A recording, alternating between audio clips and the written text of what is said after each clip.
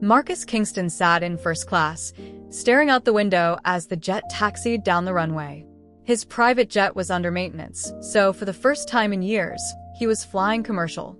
To most passengers, he appeared to be just another well-dressed traveler, though some might have recognized him from business magazines, where his billion-dollar tech empire often made headlines. A self-made black billionaire, Marcus had risen from nothing. Despite his immense wealth, he had learned that the world often judged people based on perception rather than reality. But before we dive into what happens next, I'd love to know, where are you watching this video from? Drop a comment below. It had been a long day of meetings, and Marcus was looking forward to a quiet flight back to New York. The hum of the plane's engines provided a sense of calm as he relaxed into his seat, thinking about the acquisition deal his company had just finalized. He barely noticed the flight attendant making her rounds until she stopped beside him. "Sir, please fasten your seatbelt.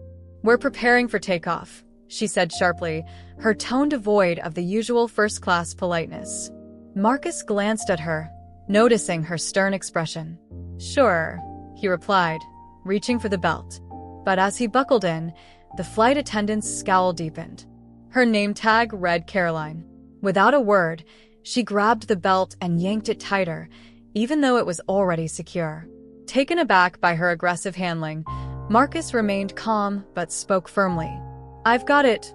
Thank you," he said, locking eyes with her. Caroline's lips pressed into a thin line. "Don't take that tone with me," she snapped. Marcus raised an eyebrow. "Excuse me?" Her eyes flashed with anger. "You heard me. We don't tolerate rudeness here, no matter how much money you have." The cabin went silent.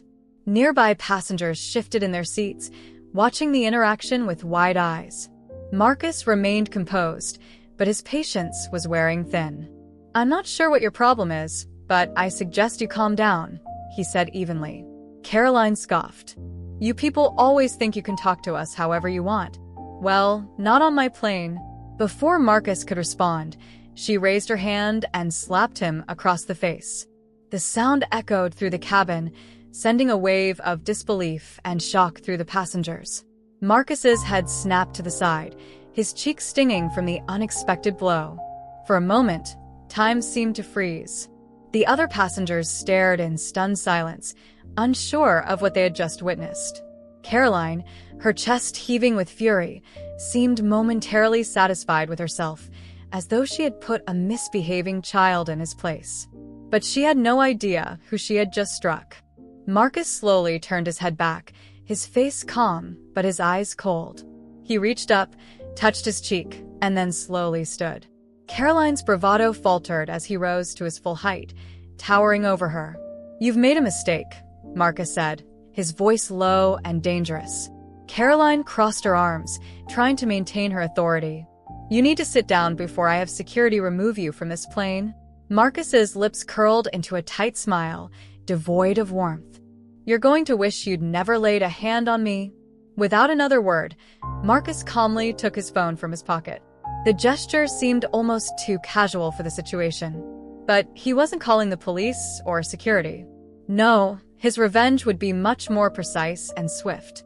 He tapped a few numbers and brought the phone to his ear. "Michael, it's Marcus," he said calmly. "I need you to ground this plane immediately. No questions, just do it." Caroline's face paled as she began to realize what was happening. She opened her mouth to speak, but Marcus silenced her with a cold glance. Seconds later, the captain's voice came over the intercom. "Ladies and gentlemen, this is your captain speaking. Due to unforeseen circumstances, we are returning to the gate. Please remain seated." Caroline's eyes widened in horror. "What did you just do?" she whispered, stepping back. Marcus remained silent, his gaze locked on her. She could feel the weight of his power pressing down on her. She had humiliated him but had no idea she had insulted one of the most influential men in the country. Minutes later, the plane rolled back to the gate, and Caroline's face turned a sickly shade of white. Marcus had barely moved, but his phone buzzed again. He glanced at the screen, nodded, and put it away. The flight attendant supervisor arrived quickly, alerted by the sudden return of the aircraft. "Mr. Kingston, The supervisor said respectfully, "We've been informed of the situation. Please accept our deepest apologies." "Caroline, step off the plane immediately." Caroline's mouth fell open. "What?" "No, he was being rude." "Now," the supervisor ordered, leaving no room for argument.